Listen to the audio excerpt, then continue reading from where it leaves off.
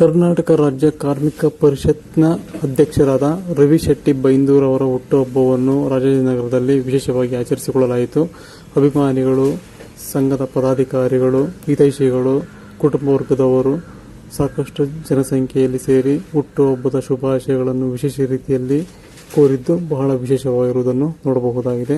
ಅಲ್ಲದೆ ಅವರ ಕುಟುಂಬ ವರ್ಗದವರು ಸಹ ಈ ಹುಟ್ಟುಹಬ್ಬದ ಸಂಭ್ರಮದಲ್ಲಿ ಹಾಜರಿರುವುದನ್ನು ನೋಡಿದ್ದರು.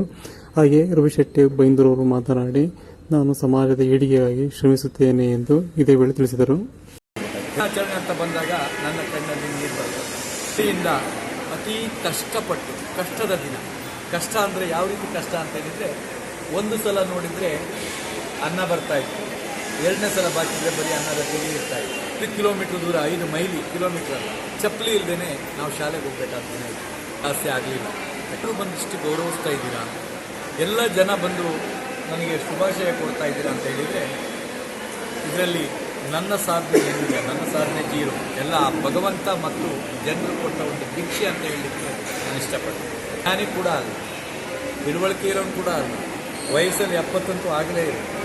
ಆದರೂ ಕೂಡ ನನಗೆ ನಿಮ್ಮೆಲ್ಲರ ಅಭಿಮಾನ ಸಿಕ್ಕಿದೆ ಅಂತ ಹೇಳಿದರೆ ನಿಜವಾಗೂ ಹೇಳ್ಬೇಕಂದ್ರೆ, ಯಾಕಂದರೆ ಅದು ಅಲ್ಲದೆ ಮತ್ತೊಂದು ಹೇಳಬೇಕು, ದುಡ್ಡು ಮೇಲೆ ಮಲಗಿದವನು ಅಲ್ಲ, ದುಡ್ಡು ಇಟ್ಕೊಂಡು ಬಂದವನು ಅಲ್ಲ, ಚಿನ್ನ ಚಮಚ ಇಟ್ಕೊಂಡು ಬಂದವನು ಅಲ್ಲ. ಚಮಚ ಅಂತ ಗೊತ್ತಾಗಿದ್ದೆ ನಮಗೊಂದು 7ನೇ ಕ್ಲಾಸ್ ಓದಿದ ಮೇಲೆ ಗೊತ್ತಾಗಿದೆ.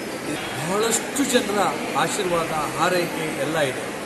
ಈ ದಿನ ನನಗೆ ನನಗೊಂದೊಂದು ಸಲ ಅನಿಸುತ್ತೆ, ನಾನು ರಾತ್ರಿ ಮಲಗಿದ್ದೀನಿ ಅನಿಸುತ್ತೆ, ಇದೆಲ್ಲ ಕನಸು ಅನಿಸುತ್ತೆ. ಯಾಕೆಂದರೆ 255 ಉಕ್ಕ ಬಾರ್ಗಳು, ಜನರಿಗೆ ಮಾರಕವಾದ ಉಕ್ಕ ಬಾರ್ಗಳನ್ನು ಬಂದ್ ಮಾಡಿಸಿದ್ದೀವಿ. ಲೈವ್ ಬ್ಯಾಂಡ್ ಇದನ್ನು 1.5 ವರ್ಷದಿಂದ ಯಾರಿಗೂ ಇಂಡಿಯಾದ ಇತಿಹಾಸದಲ್ಲಿ ಬಂದ್ ಮಾಡಿಸಿ ಅಭ್ಯಾಸ ಇರಲಿಲ್ಲ, ಅದನ್ನು ಬಂದ್ ಮಾಡಿಸಿದ್ದೀವಿ. ಅತಿ ದೊಡ್ಡ 14.5 ಕೋಟಿ ದಂಡವನ್ನು ಹಾಕಿಸಿದ್ವಿ. ಅದು ಅಲ್ಲದೆ ಅದೆಷ್ಟೋ ಜನರಿಗೆ ಒಂದು ನಿಮ್ಮೆಲ್ಲರ ಸಹಕಾರದಿಂದ ಆಸರೆ ಆಗಿದೆ.